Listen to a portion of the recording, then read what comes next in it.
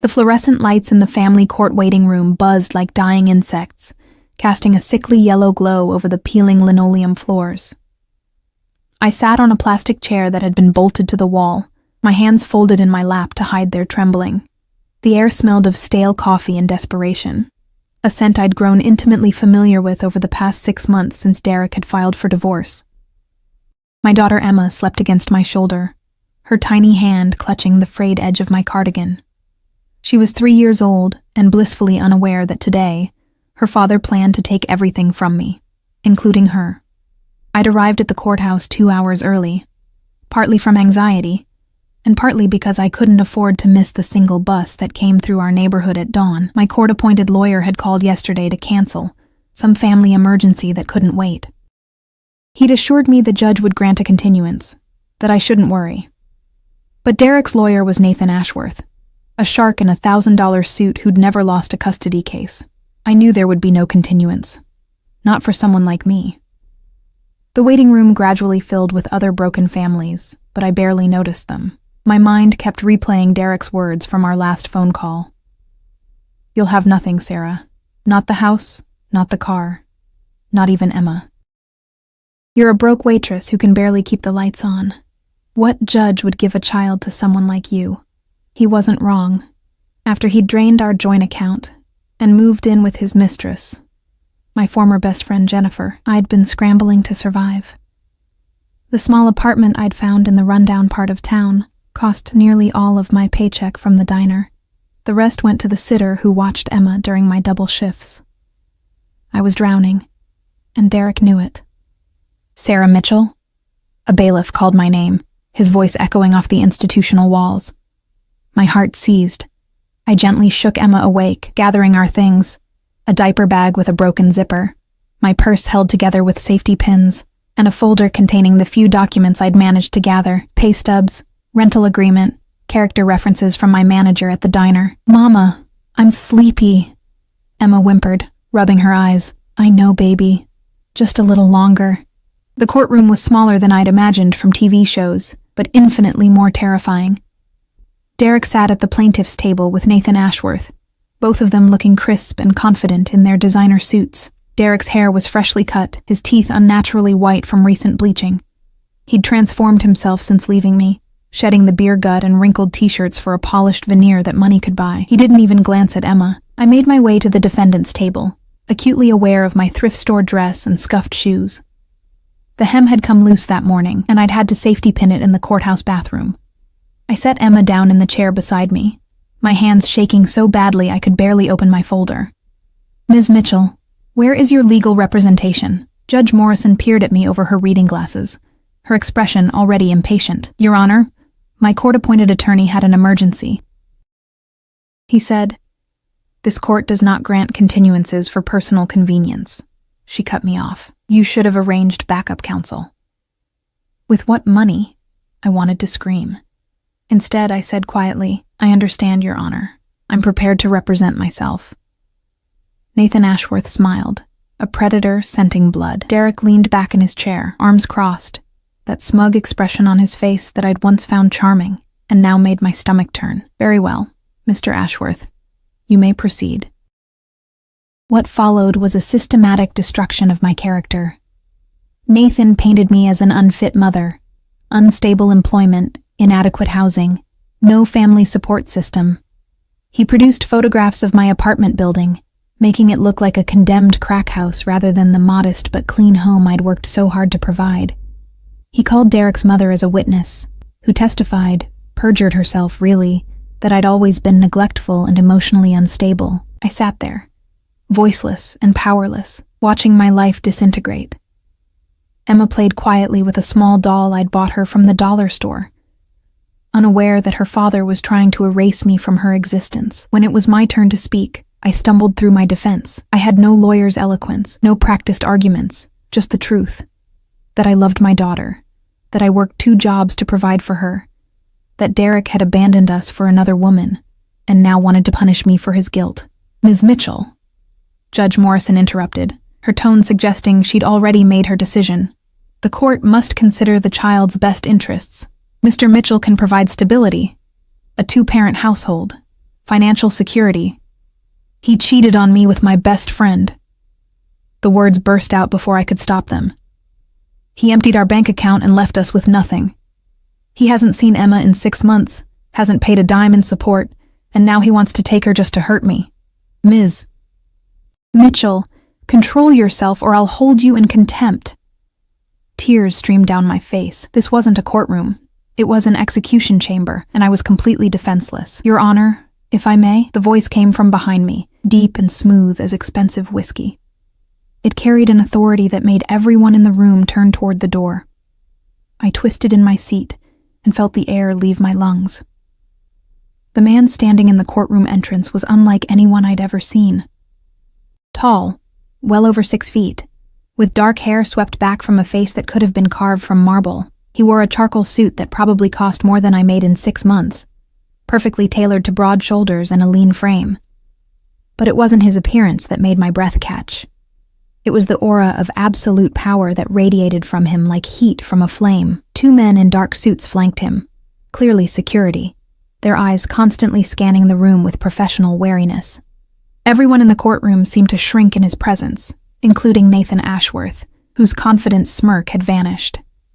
And you are?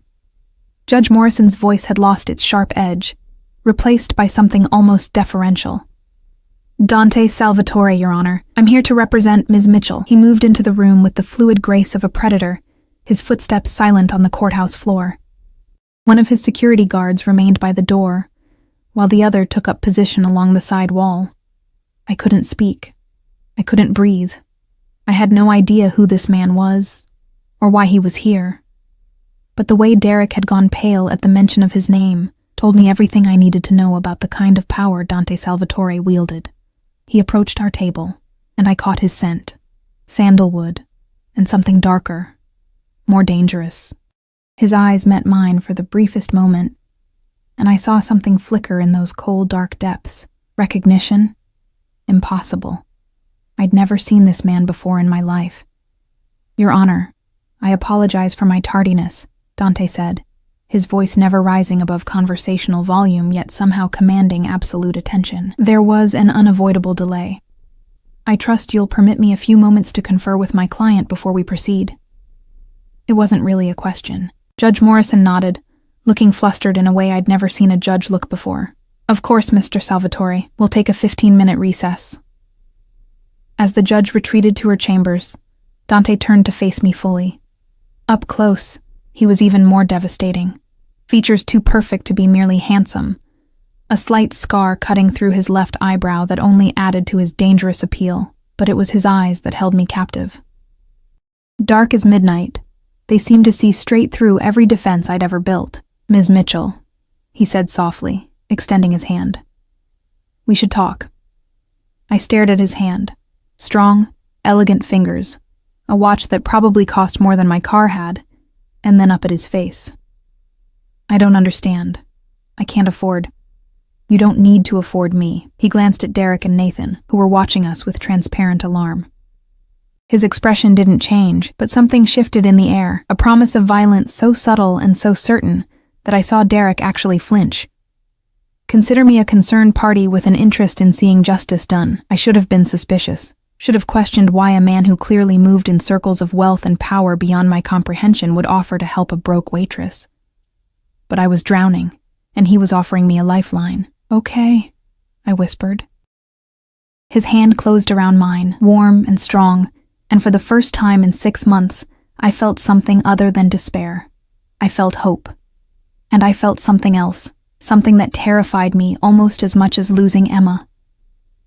The way his thumb brushed across my knuckles, the intensity in his gaze that suggested this was about more than legal representation, the subtle possessiveness in how he positioned himself between me and Derek. I had no idea who Dante Salvatore really was, but I was about to find out that I'd just made a deal with the most dangerous man in the city, and that my husband had made an enemy far more powerful than he could possibly imagine. The conference room Dante led me to was just down the hall from the courtroom, but it felt like entering a different world. His security guard, a mountain of a man with a scar across his jaw, opened the door, and then positioned himself outside, creating a barrier between us and the chaos we'd left behind. Emma clung to my hand, her eyes wide as she took in the strange man who'd appeared like some dark angel. Dante crouched down to her level, his severe expression softening in a way that made my heart stutter. "Hello, Emma," he said gently. "My name is Dante. I'm going to help your mama today. Is that okay?" She nodded shyly, tucking herself against my leg. He didn't push, just stood gracefully and gestured for me to sit at the polished conference table. I noticed he waited until I was seated before taking his own chair, an old-fashioned courtesy that seemed at odds with the dangerous energy that hummed beneath his civilized surface. "I don't understand," I began, my voice barely steady. "Who are you? Why are you helping me? I can't pay you, Mr. Salvatore. I can barely afford groceries." "Dante?" he corrected, his dark eyes holding mine with an intensity that made me feel exposed. "And I'm aware of your financial situation, Sarah." "May I call you Sarah?" I nodded, throat dry. "Your husband made a mistake." He leaned back in his chair, deceptively relaxed, but I could see the coiled tension in his shoulders. A significant one. He and his business partner, a man named Marcus Chen, stole from me. $2 million to be precise. They thought they were clever, routing the money through offshore accounts, creating shell companies. My blood turned to ice. "I don't know anything about that. I swear, He raised a hand, silencing me. "I know. I've had Derek under surveillance for 3 months. You were already separated when he made his play. You're innocent in this." The casual way he mentioned surveillance sent a chill down my spine. What kind of lawyer had people under surveillance? What kind of lawyer made Nathan Ashworth, a man who'd built his reputation on ruthlessness, look genuinely frightened? Then why help me? Why not just go after Derek directly? Something flickered across Dante's face. Something dark and satisfied that made him look almost feral. "Oh, I intend to go after Derek. But he made this personal when he decided to destroy you in court. You see, Sarah, I have a particular hatred for men who abuse their power over those weaker than themselves. It offends me." The way he said offends made it sound like a death sentence. "I still don't understand. You don't know me. Why would you care what happens to me?" He was silent for a long moment, his gaze moving over my face with an attention that felt almost physical. When he spoke, his voice was softer, but no less intense. "Let's just say I have my reasons. Reasons that will become clear in time. For now, all you need to know is that I'm going to make sure you keep your daughter, and I'm going to make sure Derek Mitchell regrets every decision that brought him to this moment." There was something he wasn't telling me, something in the way his jaw tightened when he looked at Emma, in the flash of old pain that crossed his features before he could mask it. But I was too desperate to question my good fortune. "What do I need to do?" "Nothing. Just let me handle this." He stood, buttoning his suit jacket with practiced ease. "When we go back in there, don't speak unless I tell you to. Don't react to anything Derek or his lawyer says." "Can you do that?" I nodded, even though every instinct screamed that I was making a deal with the devil himself. When we returned to the courtroom, the atmosphere had completely changed. Derek and Nathan were huddled together, whispering urgently. Derek's mother had disappeared, likely sent away by Nathan, who was smart enough to know they needed to regroup. Judge Morrison took her seat, her expression carefully neutral, but I noticed the way her eyes tracked Dante's movements across the room. Everyone tracked Dante's movements. He commanded attention the way fire commanded heat, absolutely and without effort. "Mr. Salvatore, you may proceed with your representation of Ms. Mitchell," the judge said. "Thank you, Your Honor." Dante remained standing, his presence dominating the small courtroom. "I'll be brief. My client has been subjected to a campaign of character assassination based on misleading evidence and perjured testimony. Mr. Mitchell has presented himself as a concerned father seeking custody of his daughter, but the reality is quite different. He opened a leather portfolio, expensive, Italian, probably worth more than my monthly rent, and removed several documents. His security guard, who'd somehow procured a tablet, began displaying images on a screen that had been wheeled in during our recess. "This is Derek Mitchell 3 weeks ago at the Sapphire Club in Miami." The image showed Derek with his arm around a woman who definitely wasn't Jennifer, his hand on her breast, clearly intoxicated. And here, 2 days after filing for divorce. Another image, Derek at a poker table, chips worth thousands scattered in front of him.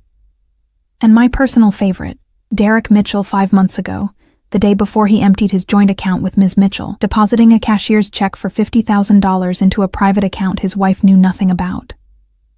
Nathan shot to his feet. Objection! How did you even obtain these photographs? This is an invasion of privacy. Dante turned to him with a smile that didn't reach his eyes. I obtained them through perfectly legal means, counselor. Unlike the photographs you presented of Ms. Mitchell's apartment, which I notice were taken from inside the building without permission or warrant. Should we discuss invasion of privacy? Nathan's face went crimson, but he sat down. Judge Morrison leaned forward. Continue, Mr. Salvatore.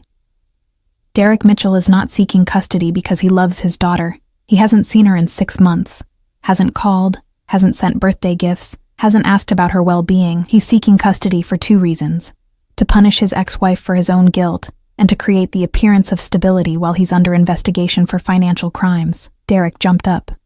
That's a lie. I'm not under any investigation. Sit down, Mr. Mitchell, Judge Morrison ordered. Dante continued as if Derek hadn't spoken. As of this morning, the FBI has opened an investigation into Derek Mitchell and his business partner, Marcus Chen, for wire fraud, money laundering, and embezzlement. I have documentation here from Special Agent Rodriguez confirming the investigation. He slid papers across to the judge, who reviewed them with widening eyes. My mind reeled. How had Dante arranged all of this? FBI investigations didn't just appear overnight. Unless he'd had Derek in his sights for far longer than 3 months. Furthermore, Dante said, his voice dropping to that dangerous purr that made my spine tingle, I have here a sworn affidavit from Jennifer Hayes, Mr. Mitchell's current romantic partner, stating that Derek has been verbally abusive, has a gambling problem, and has expressed his intention to send Emma to boarding school the moment custody is finalized. Apparently, actually raising his daughter isn't part of his plan. Nathan was frantically whispering to Derek, who'd gone from red to ashen. I'd never seen Derek scared before. He was a bully, but he'd always been confident in his ability to charm or intimidate his way through life. He wasn't confident now. Your Honor, Dante said, gathering his papers with unhurried precision. Ms. Mitchell is far from a perfect parent. She's poor. She works long hours. Her apartment is in a rough neighborhood. But she loves her daughter. Every dollar she makes goes to providing for Emma. Every decision she makes is with her daughter's best interests at heart. The question this court must answer is simple. Would you rather place a child with a loving mother who struggles financially, or with a father under FBI investigation who plans to abandon his daughter to boarding school while he parties in Miami? The silence that followed was deafening. Judge Morrison removed her glasses, rubbing the bridge of her nose. Mr. Ashworth, do you have any response to these allegations? Nathan looked like he wanted to crawl under the table. Your Honor, we request a continuance to review this new evidence. Denied. Judge Morrison's voice was ice. You pushed for this hearing to proceed without Ms. Mitchell's representation. You'll get your ruling today. She spent several minutes reviewing the documents Dante had provided, her expression growing darker with each page. Finally, she looked up. Custody of Emma Mitchell is awarded to Sarah Mitchell, Mr. Mitchell. You're granted supervised visitation only, pending the outcome of the federal investigation. If you're convicted of any crimes, those visitation rights will be revoked. You are ordered to pay child support in the amount of $1,500 per month, retroactive to the date of separation. Furthermore, you are ordered to vacate the marital home within 30 days. The house will be sold, and proceeds split evenly between both parties. Derek exploded. This is bullshit. She got to him. She fucked him, didn't she? That's how... The security guard by the door moved so fast I barely registered it. Suddenly he was beside Derek, one massive hand on Derek's shoulder, squeezing just hard enough to make Derek gasp and sink back into his chair. Mr. Mitchell, Judge Morrison's voice cracked like a whip. One more outburst and I'll hold you in contempt. Do you understand? Derek nodded, face twisted with impotent rage and genuine fear. This hearing is adjourned. I sat frozen, unable to process what had just happened. Emma was still mine. The nightmare was over. I'd won. But when I turned to thank Dante, the expression on his face stopped the words in my throat. He was watching Derek with the cold patience of a hunter who'd just set a trap. This wasn't over for him. The custody hearing had been a battle. The war was just beginning. And somehow, I'd just become a pawn in something far more dangerous than a divorce. Come, Dante said softly, his hand appearing at the small of my back, warm through the thin fabric of my dress. Let's get you and Emma somewhere safe. Safe? Safe from what? His eyes met mine, and in their dark depths I saw a truth that terrified me. From the consequences of your husband's choices, he said. Derek made powerful enemies when he stole from me. And those enemies don't forgive. The black SUV waiting outside the courthouse looked like something from a movie. Sleek, expensive, with windows tinted so dark I couldn't see inside. The security guard who'd silenced Derek opened the rear door, and Dante gestured for me to enter. I can't, I said, taking a step back, Emma heavy in my arms. I need to catch the bus home. Thank you for everything, but Sarah. The way he said my name, patient but firm, made me stop. Derek knows where you live. He's angry and humiliated, and men like him are most dangerous when they feel powerless. You're not going back to that apartment, not today. Fear crawled up my spine. Where are you taking us? Somewhere secure. Just for tonight until I can arrange proper protection. He must have seen the panic in my face because his expression softened slightly. I'm not asking you to trust me. I'm asking you to think about Emma's safety. He was right, and I hated it. Derek had looked murderous when the judge ruled against him, and if he was really involved with criminals, if he'd really stolen $2 million from Dante Salvatore, I climbed into the SUV. The interior smelled of leather, and that sandalwood scent I was beginning to associate with Dante. He slid in beside me, while his security guard took the front passenger seat next to the driver. Another hard-faced man in a dark suit who didn't acknowledge our presence. Emma immediately curled up on the seat, exhausted from the emotional morning. I pulled her against me, acutely aware of how close Dante sat, how his presence seemed to fill the entire vehicle. Where are we going? I asked as the SUV pulled smoothly into traffic. My property outside the city. It's secure, private. You and Emma will be comfortable there. Your property. I laughed, but it came out hollow. I don't even know what you really do, Mr. Salvatore. You're not just a lawyer, are you? He turned to look at me, and the intensity of his gaze made my breath catch. No, Sarah. I'm not just a lawyer. Then what are you? I'm a businessman.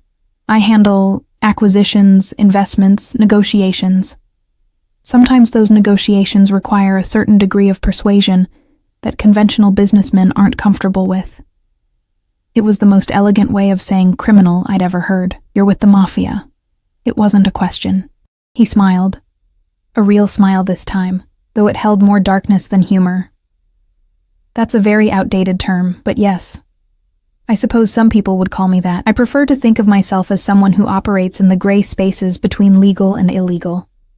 I provide services, maintain order in certain sectors, and ensure that agreements are honored. By stealing money? By punishing those who steal from me. His hand moved to rest on the back of the seat, close enough to my shoulder that I could feel its warmth. Derek and Marcus didn't just take my money, Sarah. They took money I was holding in trust for other parties, very dangerous parties who expect me to recover their investments, with interest. So you're going to kill him. My voice was surprisingly steady. I haven't decided yet. He tilted his head, studying me with that unnerving attention. Does that frighten you? Knowing what I am? It should have. I should have been terrified, but sitting there in the leather-scented luxury of his vehicle, my daughter safe beside me, I felt something far more complicated than fear. I'm more frightened of losing Emma than I am of you, I admitted. Something flickered in his dark eyes. Approval, maybe, or recognition. Good. You should be. Derek would have destroyed her, raised her to be as hollow and selfish as he is. I couldn't allow that. Why do you care? You said you had reasons, but you never explained. The SUV turned onto a highway, the city falling away behind us. Dante was quiet for so long I thought he wouldn't answer. When he finally spoke, his voice was rougher, touched by something raw. I had a daughter once, Isabella. She would have been about Emma's age now. He stared out the window at the passing landscape. Her mother was like you, vulnerable, kind, trying to protect her child from a monster. I wasn't there to save them. I was too focused on building my empire, on proving myself to men who would never respect me. And while I was gone, her father, my enemy, found them. His jaw tightened, the muscle jumping beneath his skin. I came home to graves, Sarah, 2 of them. My Isabella and her mother, buried because I wasn't strong enough, wasn't ruthless enough to protect them. My hand moved of its own accord, covering his where it rested on the seat. I'm sorry. He looked down at our joined hands, his expression unreadable. I swore that day I would never allow another child to suffer, because weak men are allowed to wield power they haven't earned. When I saw Emma in that courtroom, saw the way Derek looked at her, or rather, didn't look at her, I saw Isabella, and I saw myself, failing again. You didn't fail. You saved us. I saved you from Derek. His hand turned beneath mine, his fingers threading through mine with a possessiveness that should have alarmed me. But I've brought you into my world now, and my world is far more dangerous than your husband could ever be. The SUV turned off the highway onto a private road that wound through dense forest. We drove for another 15 minutes before emerging into a clearing that made my breath catch. The estate sprawled before us, a modern masterpiece of glass and stone perched on a hillside overlooking a private lake. It was beautiful and isolated, the kind of place where screams wouldn't carry. I shivered, and Dante's grip on my hand tightened.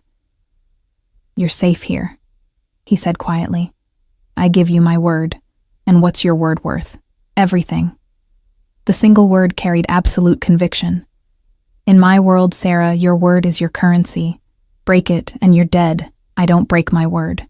The SUV stopped in front of the main entrance, where a woman in her 50s waited, elegant, stern-faced, wearing a crisp uniform that marked her as staff. Dante helped me out, then carefully lifted Emma, who barely stirred in her sleep. This is Mrs. Chen, he said, though his tone suggested no relation to the Marcus Chen who'd stolen from him. She manages my household. She'll show you to your rooms and provide anything you need. Mrs. Chen's expression softened when she saw Emma. Poor little thing. Come, Ms. Mitchell. I've prepared the guest suite. There's a nursery adjoining if you'd prefer her to have her own space. I followed her inside, too overwhelmed to fully process the luxury surrounding me, the soaring ceilings, the artwork that probably cost more than I'd make in a lifetime, the view of the lake through floor-to-ceiling windows. The guest suite was larger than my entire apartment. The bed was enormous, covered in linens so soft they felt like clouds. The bathroom had a tub big enough to swim in, and a shower with jets I didn't know the purpose of. The adjoining nursery had been stocked with everything a child could need: toys, books, clothes in Emma's size. How did you know her size? I asked Mrs. Chen. Mr. Salvatore is very thorough, she replied diplomatically. Dinner will be served at 7. If you need anything before then, just press the button by the door. She left me alone in the opulent silence. I laid Emma on the bed, her small body looking impossibly tiny against the expensive linens. Then I walked to the window and stared out at the lake, trying to understand what had just happened to my life. This morning, I'd been about to lose everything. Now I was standing in a mansion, my daughter safe, my custody secured. But the price? I didn't know what the price would be yet. Only that men like Dante Salvatore didn't save people out of pure altruism, no matter what tragic past they carried. A knock at the door made me turn. Dante stood in the doorway, having removed his suit jacket, in just his white dress shirt, sleeves rolled to reveal strong forearms. He looked younger, more human, also more dangerous. I thought you might want this, he said, holding out a phone, sleek, new, expensive. Your number is the only one programmed in it. The other numbers are mine: office, personal cell, security team. If you need anything, day or night, you call. I took the phone, our fingers brushing. Electricity sparked between us, and I saw his eyes darken. "Why are you really doing this?" I whispered. "It's not just about Isabella, is it?" He stepped into the room, close enough that I had to tilt my head back to meet his eyes. "No," he admitted. "It's not just about Isabella." "Then what?" His hand rose to my face, his thumb tracing the curve of my cheekbone with devastating gentleness.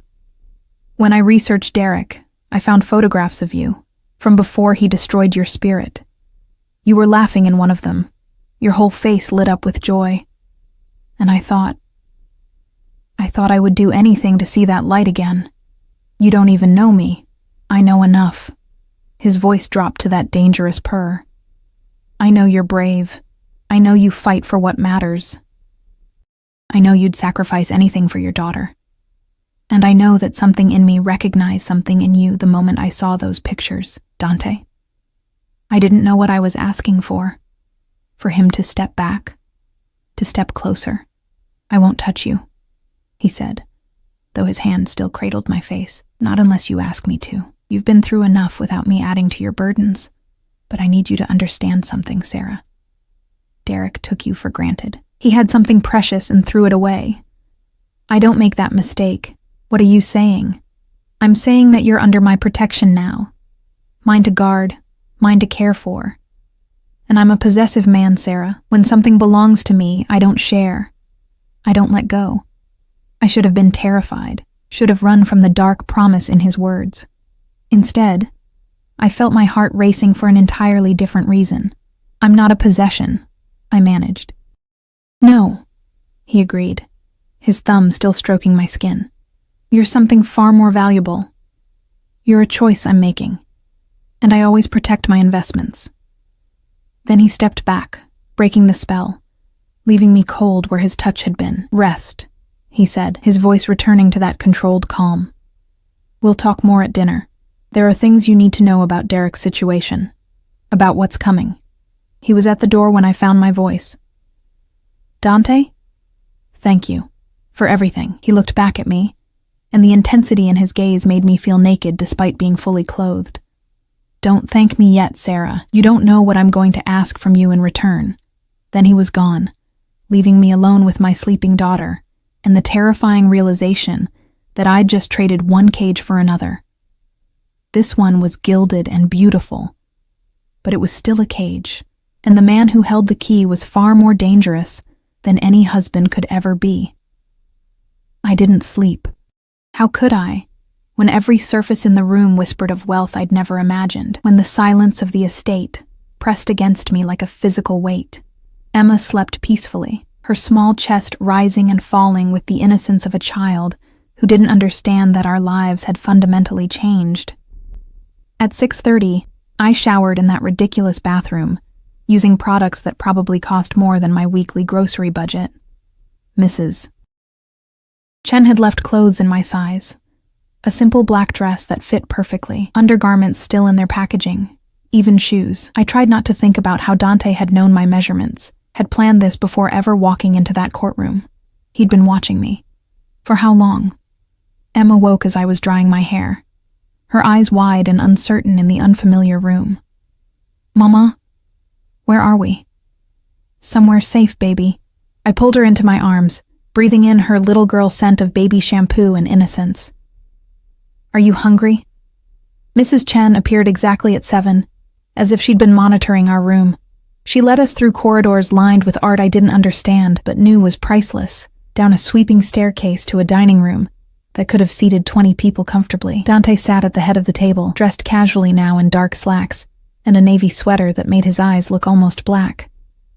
He rose when we entered, that old-fashioned courtesy again, and pulled out a chair for me before I could react. "Emma," he said, crouching to her level again.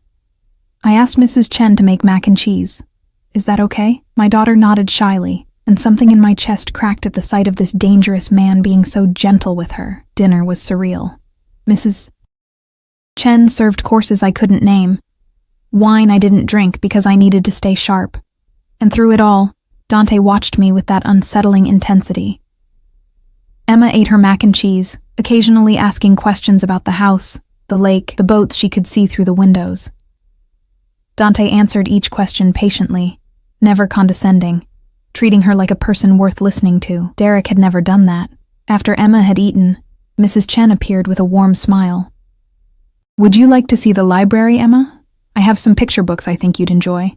I started to protest, but Dante's hand covered mine on the table. "She'll be safe. Mrs. Chen raised 4 children of her own, and we need to talk." I watched Emma skip away with Mrs. Chen, my heart in my throat, before turning to face Dante. "About Derek?" "Among other things." He refilled his wine glass, the movement lazy and controlled. "The FBI investigation is real, but it's also expedited.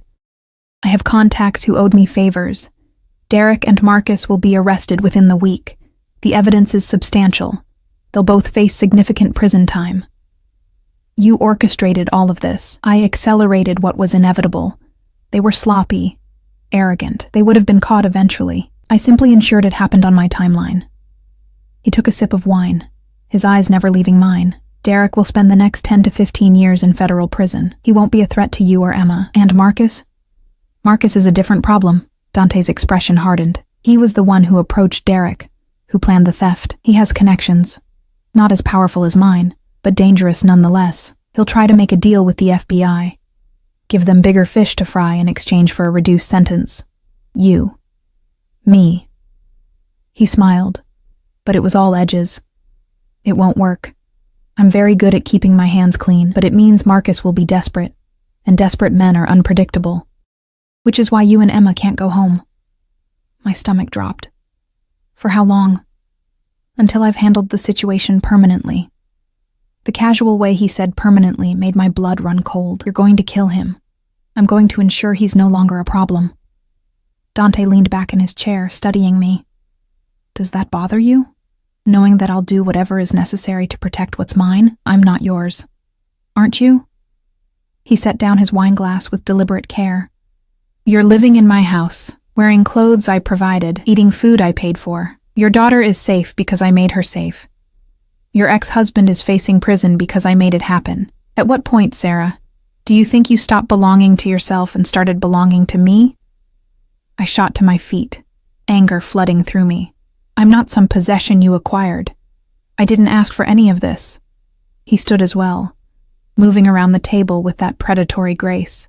"You're right. You didn't ask, but you accepted. You got in my car. You came to my home. You let me fight your battles, and now you're mine. Whether you want to be or not. That's insane. Is it?" He was close now. Close enough that I could feel the heat radiating from his body. "Tell me something, Sarah. When Derek was destroying you in that courtroom, who did you pray would save you? When you thought you'd lose Emma, what did you wish for?" "Not this," I whispered. But my voice lacked conviction. His hand rose to cut my jaw, tilting my face up to his. "You wished for someone powerful enough to stop him, someone ruthless enough to make him pay. Someone who would burn the world down before letting you lose your daughter. And here I am." My heart hammered against my ribs. "Why me? Really, why? There are thousands of women in bad situations. Why did you choose me?" His thumb traced my lower lip, and I stopped breathing. "Because when I saw your picture, something I thought died with Isabella woke up again. Because you reminded me that there are still things in this world worth protecting. Because I looked at you and thought, she's mine. And I've never questioned that instinct." "That's not love, Dante. That's obsession." "I know." He leaned closer, his breath warm against my skin. "Do you want me to apologize for it?" I should have said yes. Should have pushed him away, demanded he take me and Emma home, refused to be drawn into his dangerous world. Instead, I heard myself whisper, "What do you want from me?" "Everything." The word was raw, honest. "Your trust, your time, your thoughts. I want to know every fear that wakes you at night, every dream you've buried. I want to be the first person you think of in the morning and the last voice you hear before sleep. I want Emma to call me something other than a stranger's name. I want you to stop looking at me like I'm a monster and start seeing me as a man." "You are a monster," I said, but there was no heat in it. "Yes." His forehead rested against mine, and I could feel the tension vibrating through his body, the restraint it was taking not to kiss me. "But I'm a monster who will keep you safe, who will give Emma everything she needs, who will make sure no one ever hurts you again. At what cost? Your freedom, perhaps. Your innocence, definitely. Your heart, eventually. I should have run.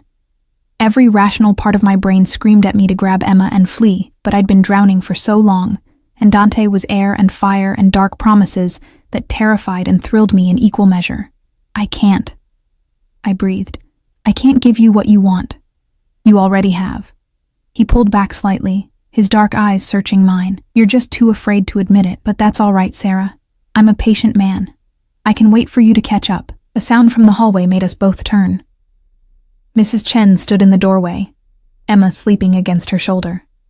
She fell asleep during the story, she said softly. The spell broke. Dante stepped back, his mask of control sliding smoothly into place. Take her upstairs. I'll have my men do a perimeter check before bed. As Mrs. Chen carried Emma away, I wrapped my arms around myself, suddenly cold. I should go too. Sarah. He caught my wrist gently. I meant what I said. I won't touch you unless you ask. But you need to understand. You're mine to protect now. That means my guards, my rules, my world. Can you live with that? Do I have a choice? His expression softened slightly. There's always a choice. I can arrange a safe house, protection until Derek and Marcus are imprisoned. You'd be free to leave, to rebuild your life without me in it. But you'd never be truly safe. Derek's friends, Marcus's connections, they'd always be out there. Always a threat. With me, you're untouchable. My reputation alone will keep you safe. But it means staying close. It means belonging to me, at least in the eyes of everyone who might wish you harm. A cage, I said quietly. A gilded one. He released my wrist, stepping back. Think about it. You have until morning to decide. Stay and accept my protection, my rules, my claim on you and Emma. Or leave and take your chances with whatever comes. He was giving me a choice that wasn't really a choice at all, because we both knew I couldn't risk Emma's safety on pride or fear. I'll think about it, I said, though we both knew what my answer would be. I made it to the door before his voice stopped me one more time. Sarah, when you decide to stay, and you will, remember that I don't share. Emma's father is in my past now. But if another man looks at you, touches you, even thinks about you the way I think about you, I won't be responsible for what happens to him. I turned to look at him, this beautiful, dangerous man who'd upended my entire existence in a single day. That's not fair. I never claimed to be fair. His smile was dark and possessive. I claim to be yours. There's a difference. I lay awake that night, Emma curled against me, listening to the unfamiliar sounds of Dante's estate. Footsteps in the hallway, guards doing their rounds, the distant sound of voices, probably Dante on the phone, conducting business that I didn't want to imagine. The whisper of wind across the lake. My phone, the one Dante had given me, buzzed on the nightstand. A text from an unknown number. Sleep well, Sarah. Tomorrow, everything changes. I knew without checking that it was from him, that he was probably in his own room somewhere in this massive house, thinking of me the way I was thinking of him. I should have been terrified. Instead, I felt alive for the first time in years. And that terrified me most of all, because Dante Salvatore was right about one thing. I was already his. I just hadn't admitted it yet, but I would. God help me, I would. 3 weeks passed in a blur of surreal normalcy. Emma thrived in Dante's estate, running through the gardens, feeding the ducks at the lake, learning to paint in the sunroom that Mrs. Chen had converted into a playroom. She laughed more than I'd heard in months, the constant tension that had lived in her small body finally releasing. I tried to maintain boundaries, tried to remember that this was temporary, that we were guests, that Dante Salvatore was a dangerous man who'd inserted himself into our lives for reasons I still didn't fully understand. But it was impossible to maintain distance when he was everywhere. He joined us for breakfast every morning, listening to Emma's chatter about her dreams, her drawings, her discoveries. He worked from home most days, his office door open, and I'd catch glimpses of him on phone calls in Italian or Russian, his voice hard and commanding in ways that made my stomach flutter with something that definitely wasn't fear. In the evenings, after Emma was asleep, he'd find me. Sometimes in the library, where I'd discovered a love of reading I'd forgotten during my marriage. Sometimes on the terrace overlooking the lake, where the sunset painted the water gold and red. He never pushed, never demanded, just sat with me, talking about everything and nothing. Books, music, Emma's latest adventure, carefully avoiding the subjects of Derek or Marcus, or the criminal empire he commanded. It was seduction by inches, by quiet moments and genuine conversation. By the way, he remembered I liked my coffee with too much cream and not enough sugar. By the thoughtful gifts that appeared in my room, not expensive jewelry or clothes, but books I'd mentioned wanting to read. Art supplies because I'd admired Emma's paintings. A journal because he'd noticed I liked to write down my thoughts. He was patient, terrifyingly patient. And I was falling. The call came on a Tuesday morning. Dante's expression as he listened to whoever was on the other end made something cold settle in my stomach. When he hung up, he found me in the kitchen, where I'd been helping Mrs. Chen bake cookies with Emma. "Can we talk?" His voice was carefully neutral, but I could see the tension in his shoulders. "Privately?" Mrs. Chen took over with Emma without being asked. I followed Dante to his office, my heart racing. "Derek and Marcus were arrested this morning," he said, closing the door behind us. "The FBI had enough evidence to bring formal charges. Derek will likely take a plea deal. 10 years, out in 7 with good behavior. Marcus is being more stubborn. That's good, right?" "For Derek, yes. He's no longer your problem." Dante moved to the window, staring out at his estate with an expression I couldn't read. "But Marcus made bail. $2 million. Money he shouldn't have access to, which means he has backers I didn't know about. And his lawyer filed a motion this morning requesting the names of all witnesses involved in the investigation.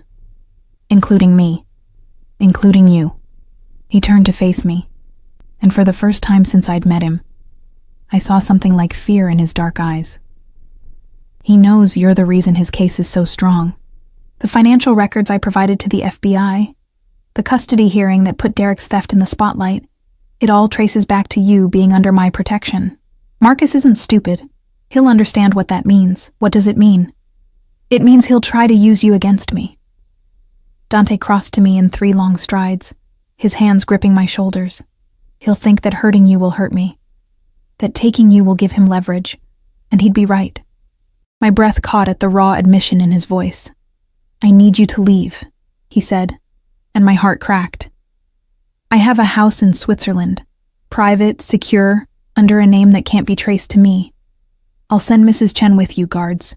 Everything you and Emma need. You'll be safe there until this is resolved." "No." His hands tightened on my shoulders. "Sarah, you don't understand what men like Marcus are capable of. What they'll do to people under my protection." "Then make me understand." I met his gaze steadily, even as fear coursed through me. "Stop protecting me from the truth and tell me what's really happening." He released me, running a hand through his hair in a gesture of frustration I'd never seen from him before. "Marcus has connections to the Volkov Bratva, Russian organized crime. They're not as powerful as my organization, but they're vicious. They don't follow the rules the rest of us observe. No codes, no honor, just brutality and chaos. And you think they'll come after me? I know they will. I've already intercepted 2 reconnaissance attempts. Men watching the estate, trying to find weaknesses in our security." His jaw tightened. "I won't let what happened to Isabella happen to you. I can't." Understanding crashed over me. This isn't about protecting me from Marcus. It's about protecting yourself from losing someone again. Does it matter? His voice was raw. "Either way, you're in danger because of me, because I couldn't stay away from you. Because I saw you in that courtroom and decided you were mine. Consequences be damned." I stepped closer to him, my hand rising to his chest, feeling his heart thundering beneath my palm. "What if I don't want to leave, Sarah? What if I'm tired of running, tired of being afraid? What if staying with you, even with the danger, feels safer than being alone ever did?" His hand covered mine, pressing it harder against his chest. "You don't know what you're saying, don't I?" I looked up at him, this powerful, dangerous man who'd become my shelter. You've been honest with me about what you are, what you do. You've never lied, never pretended to be something you're not. You've protected Emma and me, given us more in 3 weeks than Derek did in 5 years of marriage. And yes, it terrifies me.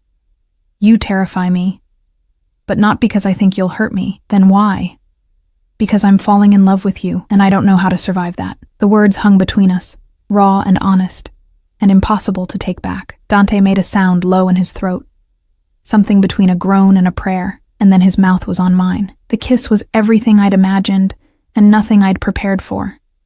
Fierce and desperate, his hands tangling in my hair as he backed me against his desk. I gasped against his lips, and he took the opportunity to deepen the kiss, claiming me with a thoroughness that left no room for doubt about his intentions.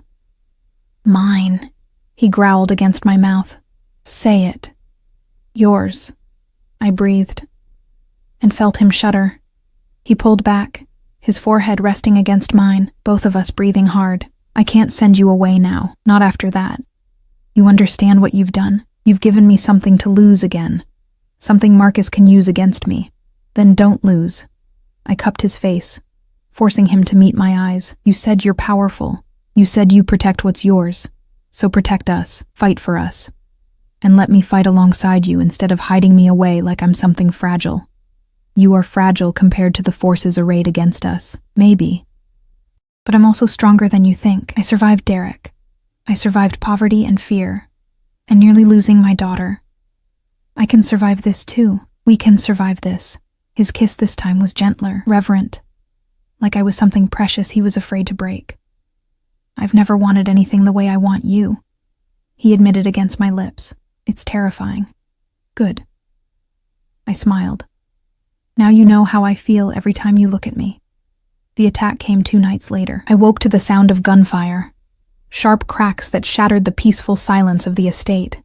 Dante was in my room before I could fully process what was happening, dressed all in black, a gun in his hand that he held with the ease of long practice.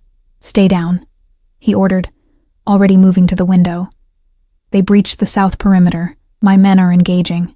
Emma woke crying, and I grabbed her, holding her tight as more gunshots echoed through the night. Dante spoke rapidly into a phone in Italian, his voice hard and commanding. Through the window I could see muzzle flashes in the darkness, figures moving through the trees. How many? I managed to ask. 8, maybe 10. He moved away from the window, coming to crouch beside us. Listen to me carefully. There's a safe room in the basement. Mrs. Chen knows where. I'm going to have Marco take you there, and you're going to stay until I come for you. Understand? What about you? I'm ending this. The look in his eyes was pure predator. Marcus made a mistake coming here. He threatened what's mine. There's no coming back from that. The door burst open and Marco, one of Dante's senior guards, appeared, weapon drawn. Boss, we need to move them now. They're pushing toward the house. Dante kissed me hard and fast, then pressed a small gun into my hand. Insurance. Point and pull if anyone who isn't me or my men comes through that door. Then he was gone, and Marco was ushering Emma and me through corridors I'd never seen, down stairs that descended into darkness. Mrs. Chen waited in the safe room, a windowless concrete bunker with supplies for weeks and monitors showing every angle of the estate. On the screens, I watched Dante's war unfold. He moved through his estate like death incarnate, flanked by his men, systematically eliminating the intruders. It should have horrified me. Instead, I felt a fierce pride watching him protect what was his, what was ours. The battle lasted 30 minutes. When the shooting finally stopped, 7 bodies lay scattered across Dante's property. Marcus wasn't among them. He'd sent his men but stayed safely away, the coward. Dante appeared on the monitors, speaking to his security team, issuing orders. Then he was striding toward the house, and I knew he was coming for us. Mrs. Chen unlocked the safe room door. Dante stood on the other side, blood on his shirt that I prayed wasn't his, eyes wild until they found me. Sarah. Just my name. But it held everything. I handed Emma to Mrs. Chen and went to him, not caring about the blood, about what he'd just done. He crushed me against him, his face buried in my hair. It's over, he said. Marcus won't be a problem anymore. Is he dead? Not yet, but he will be. Tonight, by my hand. He pulled back to look at me. Does that change how you feel about me? I thought about it, really thought about it. About the man who'd saved me in court, who read bedtime stories to my daughter, who'd just killed to protect us. About the darkness in him, and the gentleness, the violence, and the tenderness. No, I said simply. It doesn't change anything. His kiss was desperate, claiming, sealing a promise between us that went beyond words. 6 months later, I stood in Dante's garden, our garden, watching Emma play with the new puppy he'd surprised her with last week. The estate had become home in ways I never expected. The guards were familiar faces now, the routines comfortable, the danger a distant memory since Marcus had been handled. I didn't ask for details, didn't need to know. Dante came up behind me, wrapping his arms around my waist, his chin resting on my shoulder. Happy? Surprisingly, yes. I leaned back into his warmth. I never thought I'd say that again. I told you I'd protect what's mine. Possessive as ever. Always. He turned me in his arms, and I saw the small velvet box he held. Marry me. My heart stuttered. Dante, I know it's fast. I know I'm not the safe choice or the sane choice. But I'm yours, Sarah. Completely and irrevocably yours.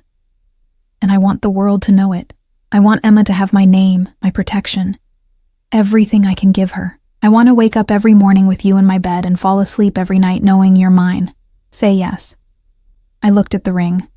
A simple, elegant diamond that must have cost a fortune. And then at the man holding it.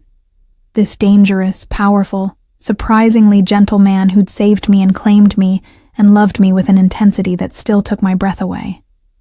Yes, I said, and watched his face transform with joy. The kiss that followed was interrupted by Emma's delighted squeal. Mama! Dante, watch me! We broke apart, laughing, and watched my daughter, our daughter, chase the puppy through flowers Dante had planted because I'd mentioned loving gardens. This life was nothing I'd planned, nothing I'd expected. Dante's world was dark and dangerous, full of violence and power I'd never fully understand, but it was also full of love and protection and fierce devotion. I'd traded one cage for another, yes. But this cage had a door I could open any time I wanted. I stayed because I chose to, because loving Dante Salvatore was terrifying and exhilarating and absolutely worth it. Because he was mine as much as I was his. And in his arms, surrounded by his deadly empire and gentle hands, I'd finally found what I'd been searching for all along. Home. The wedding was small, just family, which meant Mrs. Chen, Emma, and a handful of Dante's most trusted people. I wore a simple white dress. Emma scattered rose petals. And when Dante slid the ring onto my finger, his voice was rough with emotion. Mine, he whispered. Yours, I agreed, always. And I meant it. Because Sarah Mitchell had died in that courtroom 6 months ago. Sarah Salvatore was someone stronger, braver, loved beyond measure. Derek had tried to take everything from me. Instead, he'd led me to the one man who would give me everything. Sometimes the best revenge is simply living well, and I was living better than I ever had. Safe. Protected. Loved. In the arms of the most dangerous man I'd ever known.